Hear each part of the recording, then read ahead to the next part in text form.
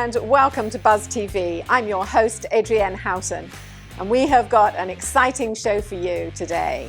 There's everything from restaurants and charities and galleries and something for everyone, really family favorites. So watch this space and find out more on Buzz TV.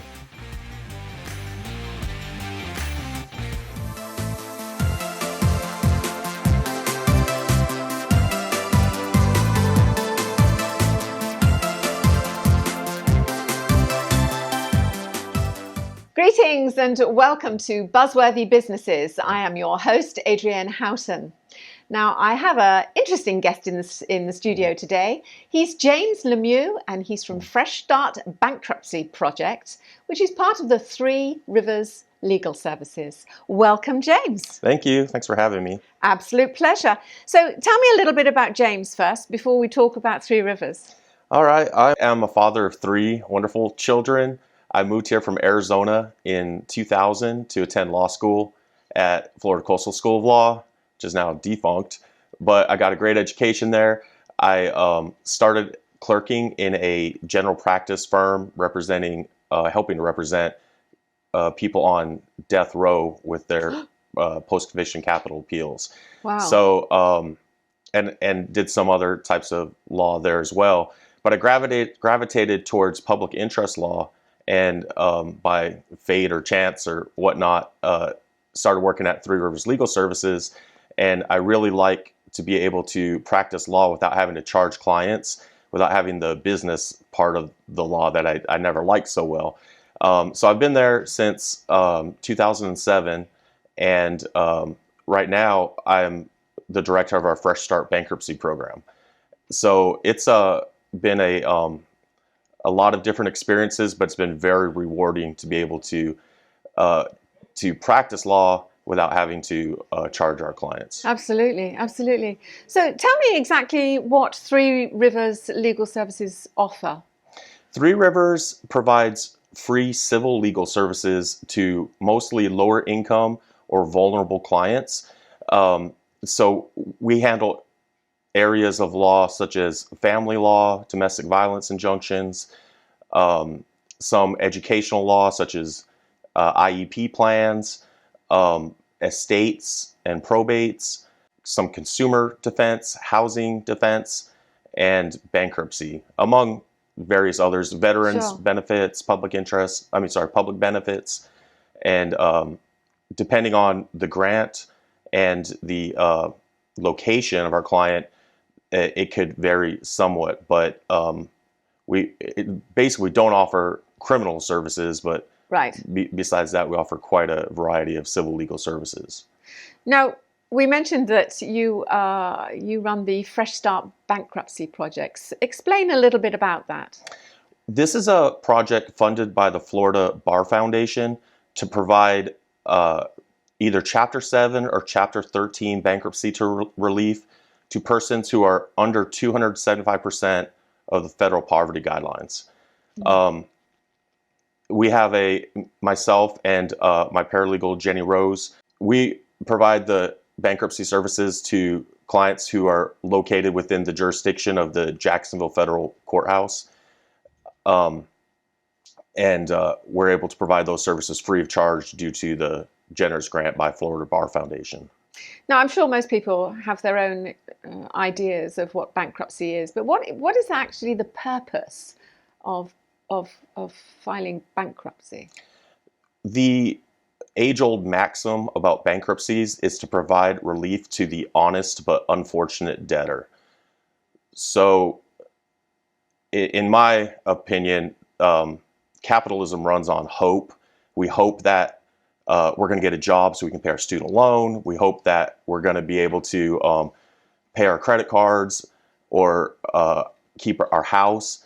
And usually that works. But when there's an unforeseen circumstance that impacts the ability of somebody to make money, they might not have any other options. And now the business side is wanting to collect what's owed, but they don't have the ability to pay. I've had clients I had a lady who's was the innocent victim of a drive-by, and she was out of work because of medical injuries. I've had people whose spouses died, of course, people who've lost income because of such things as the pandemic or something like that. And now, although they had the best intentions and they still probably want to repay their debts, they can't afford to do it. So bankruptcy is a way to discharge the liability for those debts, make them no longer legally responsible for those debts, and to move on with the certainty of knowing that they can start over. So it's a very powerful tool, and it's a federal law, so it supersedes any state court action or private action that somebody may have. It's not for everyone, because with Chapter 7 bankruptcy, you can't have a lot of assets. Basically, the court and the government want to know that you really can't afford to pay the debts. Right. So there's a trustee that's appointed after the bankruptcy is filed to represent the interest of the creditors. Well, that's where you say, you know, will somebody have to give up their property? And it absolutely depends on what the situation is. That's exactly right. So in a Chapter 7, which is a little bit different than a Chapter 13, but for most of our clients, Chapter 7 is what the ideal grounds to file the petition, because it's faster and simpler. But Florida provides a lot of exemptions, which keeps that property outside of the bankruptcy estate and outside of the reach of the trustee. So somebody could keep their house. If they're current on their car, they can keep their vehicle. If they don't have a house, they have a total of $5,000 of personal property that's exempt. If they have the house, they can claim that as exempt, plus $1,000 personal property. There's a lot of other exemptions, like retirement accounts. If somebody's married and only one of the spouses is filing, anything that's owned by both spouses is considered to be exempt. Unemployment money, stimulus money, Social Security benefits are exempt. So in general, it's more common that the filer doesn't have to give up any of their property. There are circumstances where they have maybe a little bit over the exemption amount. The trustee could sell off that property and pay creditors, or often the trustee will negotiate with the person filing, the debtor, to buy back that property so that they can keep it, but the creditors will still get some of that money. In Chapter 13 bankruptcy, you don't lose your property, but if you have property that's not considered to be exempt, you pay that back over installment payments, up to 5 years of monthly installment payments, and at the end come back with probably discharging or being not responsible for most of your unsecured debts, and being able to keep property, your secure property that was behind the payments, like a house or a vehicle.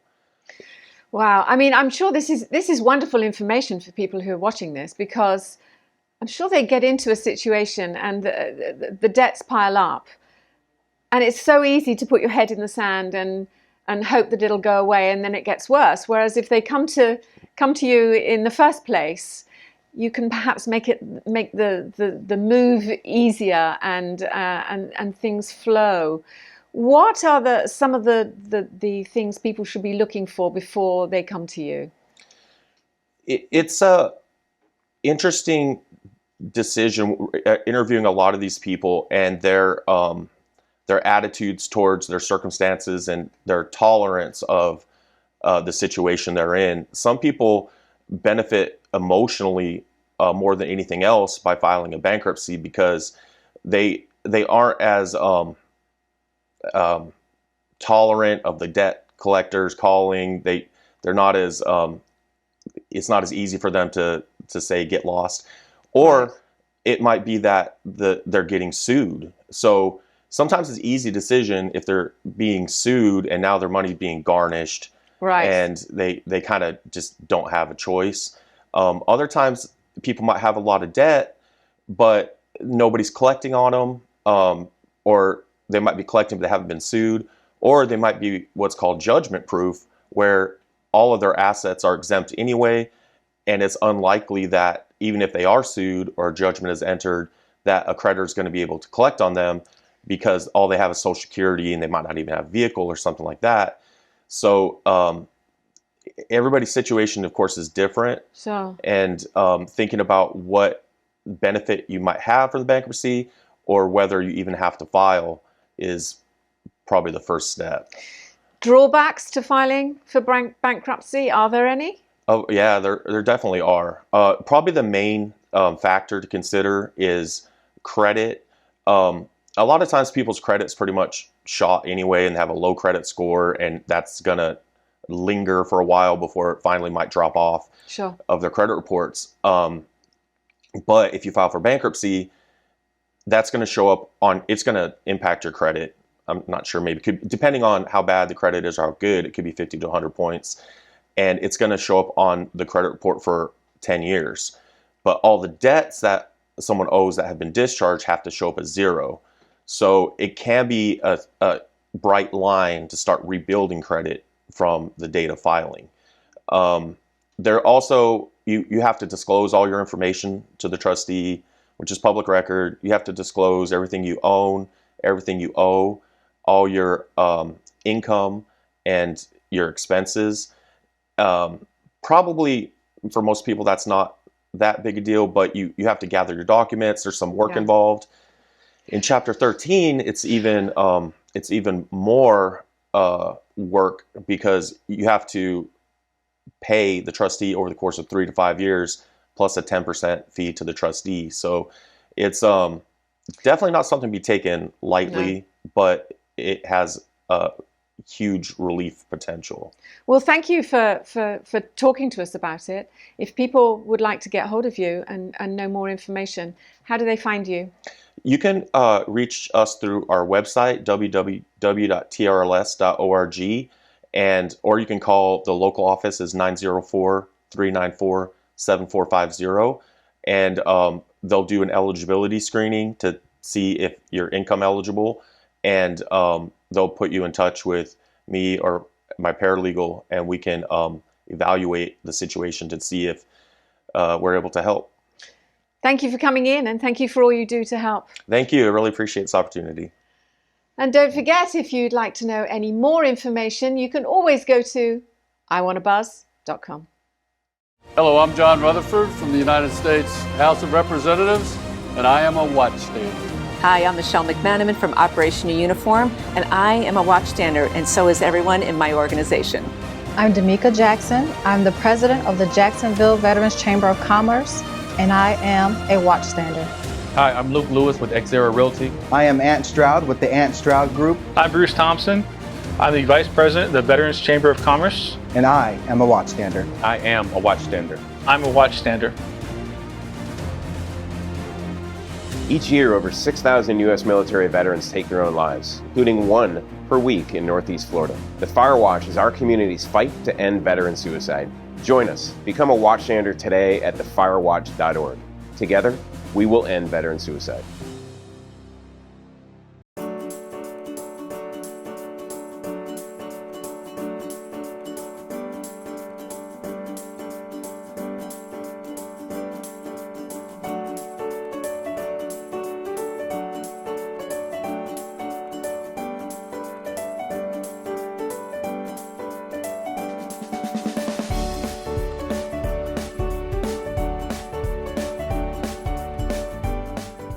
Greetings and welcome to another edition of Caring for Seniors. I am your host, Adrienne Houghton. Each week, I sit down with the lovely Dave Stieglitz, who is the president of Oasis Senior Advisors Jacksonville, and we discuss all aspects of senior living. Today, we are delighted to welcome into the studio Matt Tomsich, and he is from American In-Home Care Jacksonville. Welcome, Matt. Thanks for having me. Great to see you. So before we talk about American In-Home Care, tell us about Matt and how you got started. Sure. It's crazy, but this month I'm celebrating 6 years with American In-Home Care, and I have been doing private duty home care for over 20 years. Wow. Yeah, that's a long time. It is a long time. And do you just work with seniors, or do you have other clients? Yeah.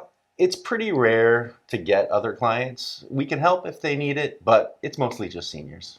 So tell us exactly what American In-Home Care offers. Sure. American In-Home Care is one of the largest privately held home health care agencies here in Florida. We have 15 offices throughout the state and over 5,000 care providers. So it's pretty awesome to be able to send us a referral for all you social workers out there and know that we can take care of anybody throughout the state. Well, that's quite something. I mean, Jacksonville on the whole is a very large area to have to deal with. And how many people do you have in the Jacksonville area? Well, I can't really break it down by that, but the company's pretty big. Yeah, so you're constantly getting referrals, and how wonderful. So we have a designated people that do specific things throughout the company. So there's just recruiters, there's just schedulers, and there's just the billing department. So being able to create like certain silos within the company make each department that much better. How have you guys been able to do with staffing and keeping caregivers during this difficult time? Yeah, you know, Dave, it's kind of tough. So I don't know. Everybody's kind of short caregivers, but the great thing about American In-Home Care is that since we're so big, we are constantly recruiting and finding new staff, so we're able to fight through this COVID. So talk about private. What does that mean? Private duty. What's some term that we all know, but the viewers out there don't. What does that mean? Private duty. So private duty home care is having a home health aide that does ADLs, like activities of daily living, with a senior. So light housekeeping, meal preparation, and then of course all the personal care. So they're there to help, and they can do all those services with the client. And private duty just means one-on-one care and having them help. Is there a typical client? What is the profile of a typical client? What do you find, or is it just everything is so different? Yeah, well, I wouldn't say there's actually, it's really just, there's so many different ways and the reasons why people need it. Sometimes the care is a lot. Sometimes people just need a lot of care. They're bedbound in the home and they need the care. Sometimes they have family members that are just too far away, so they might not need too much care, but the family wants to check up on them. So. Talk to me about 24/7. Oh, great, Dave. That's what I'd love to talk about. It's private duty home care, 24 hours a day, 7 days a week. So American In-Home Care specializes in extended hourly care. So that's private duty home care, extended hourly care. And that seems to be what the aides want as well, is being able to get to the house and stay for an extended period of time so that they don't kind of bounce from house to house to house, which sometimes happens in this industry. So we have probably some of the best rates in town to be able to provide the private duty home care. And another service that I'd like to chat about today is live-in care. So there is private duty home care where you have the aide that is awake and they're helping the client 24 hours a day. So they would probably run on a 12-hour shift and then the next person come on a 12-hour shift. But a special program that we run, which a lot of agencies don't, is a live-in. So a live-in stays for 3 or 4 days, and then the next live-in comes for 3 or 4 days. So having the same people in the house, especially on how crazy this COVID thing has been, is just a great alternative. So you're not having a whole bunch of different staff members coming and introducing mom and dad to a whole bunch of different people. So live-in care is definitely an answer, and it's about a third of the price off. So it's a significant savings. So if you're out there and you have 24-hour care, please give me a call. I'd love to be able to chat with you about what live-in care is. So live-in care, obviously, they're going to sleep overnight.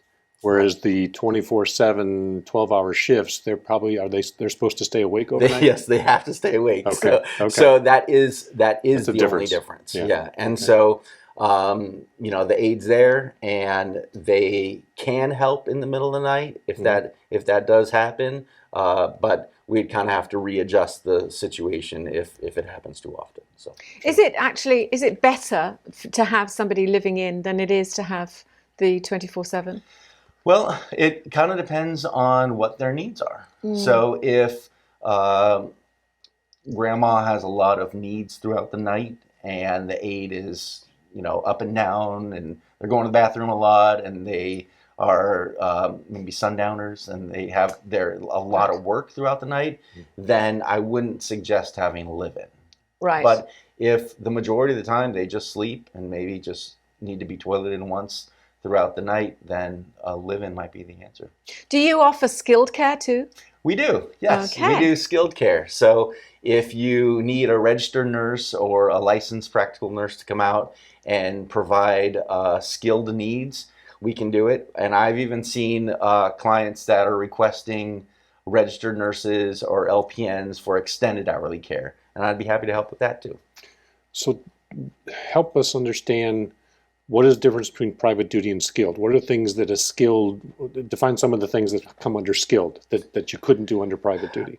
Sure. Well, when there's a physician order and then they say these are the services that the doctor is prescribing, so maybe a G-tube or other skilled type services, if a CNA or an HHA can't do it in the home, then it would be left for the registered nurse to do it. Diabetic injections. Diabetic injections. Sure. Administering oxygen.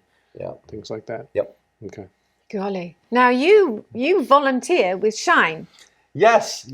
So tell us more about what Shine exactly is. Yes. And what you do. Yeah. So I've been a Shine volunteer for about 3 years now, and Shine is an acronym for Serving Health Insurance Needs for Elders. And today's the day, and this time right now is definitely time to talk about how seniors it's open enrollment for seniors through December 7th. So you kind of have to decide what sort of plan you've got and decide if that, the medications and everything is, if you're on the right plan. And so Shine is a great program, and it's through ElderSource. I love helping out the seniors, and it's a volunteer position, and I'm actually really excited because I'm going to do a little bit more outreach for them up as soon as sometimes the climate calms down a little bit, but I'm looking forward to doing some outreach for Shine, and they promised to double my wages next year. So from free to free times two. Free for double free. Yeah, pretty exciting. There you go. Nice. So what you actually do is, do you go to the client's home and you discuss with them what their options are and try and find the best program for them? Right. A lot of the times we'll meet at ElderSource or some of the Council on Agings, and the volunteers meet with the clients. So if you've got a question about your Medicare, you can call ElderSource. ElderSource gives me a list of the names and numbers, and then I work directly with them to help them figure out what the best Medicare options are. I mean, there's so many out there, aren't there? There's a lot. I mean, you sit there and you think, well, I don't need that, but I'd like that, and why do I need this? And it is confusing. If it's confusing for me, then it's confusing for somebody who perhaps is slightly older. And I must admit that I've got to the stage where I just think, well, I'm happy with the plan I'm on, so I might as well stay on it, and I don't even think about changing it. But are there a lot of people out there that are in the same boat that perhaps could be doing better? Could be doing better. So ask the question is the answer to that one. Call ElderSource and see if they can help you out, and we'll come out there and do a free evaluation of your Medicare. So what does a day look like for Matt Tonsich? I mean, you wake up in the morning, and is every day different? It seems like that, yeah. And so a lot of my day is marketing and going out and letting people know about my services, and then from there, sometimes when I'm meeting with clients, it takes a long time to kind of talk to, of course, mom and dad, and then daughter and son and granddaughter. I get everybody calling. So and then American In-Home Care. I'm a client care liaison there. So I am available 24 hours a day, 7 days a week for all of my family's service needs. So if they have questions, whether it's really about American In-Home Care or about anything that's going on in the house, I can help them. So you're 24/7? 24/7. How often do you get that call at 3 o'clock in the morning? Not be careful. Yeah, not very often, No, but not- oh damn! not too Where's often. where's the wood? Yeah. But a lot of the time, family just want to know that the agency has received the message, you know? And so when they call, they're just not a name or a number. I'm not, asking them, their date of birth and their last name. I've got them programmed in my phone. I know who it is. I know the situation that they're calling about. And I can quickly answer usually a pretty simple question over the phone. And, maybe it's a scheduling question. Hey, I don't need somebody tomorrow. Or, oh, we're going to be out of town. Or there's a doctor's appointment. And can you make sure that, they're there early, the aid's there early? Sure, And so it's so nice to be able to have that one-on-one connection with the families. Biggest challenge? You know what? This has been interesting, being able to not go into a lot of the places that I was able to go into often. And so now I'm, meeting them in the parking lot to say hi. And yeah, we're doing lunches in the parking lot and stuff. So the world's kind of gone upside down for a little while. So, but I think it's coming back soon. You think slowly but surely? Yeah. One by one. Much of the healthcare industry is opened back up, but hospitals are still, you can't just walk into a hospital anymore. And the skilled nursings, the rehabs, you just can't go in there anymore. So it's difficult to meet clients, difficult to meet the social workers face to face anymore. So how do people get hold of you if they'd like to know more information? Well, Matt Tonsich, you can go to matttonsich.com. That's pretty awesome, right? Wow. That is awesome. Yeah, that is. As simple as that. It's as simple as that. And then I've got my own website, and that links to American In-Home Care. And you can learn a little bit more about American In-Home Care. It's an easy Google, American In-Home Care. Who wouldn't want to call this man? I mean, wouldn't you want him to look after your relatives? Yes. As long as you can spell Tonsich, right? Yeah. As long as you can. There we go. You got it. Thank you for coming in and telling us about everything that you do. Thanks for having me. And don't forget, if you'd like to know any more information, you can go to www.matttonsich.com or you can find us out more on iwannabuzz.com. Wow, that was fantastic. What a great show and what interesting businesses. Don't forget, if you need any more information, you can go to iwannabuzz.com. Bye for now.